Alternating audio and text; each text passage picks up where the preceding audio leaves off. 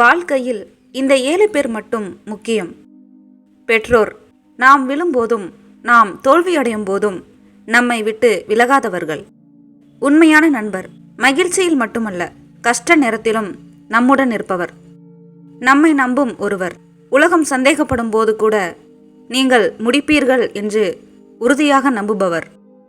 நம்மை திருத்துபவர். புகழ்ச்சி இல்லாமல் நம்முடைய தவறுகளை சொல்லி நல்ல பாதைக்கு வழி நடத்துபவர். அமைதியாக உதவுபவர். பெருமை பேசாமல் தேவைப்படும் நேரத்தில் உதவிக்கரம் நீட்டுபவர். நம்மை புரிந்து கொள்ளும் ஒருவர். நாம் பேசாமல் இருந்தாலும் நம் மனநிலையை உணர்ந்து கொள்பவர். நாம் நம்மை நாமே மதித்து நம்மை நாமே காத்து கொள்ளும் போது வாழ்க்கை உறுதியாகும். இந்த 7 பேரை மதியுங்கள். மற்றவர்கள் இயல்பாகவே விலகி போகிறார்கள்.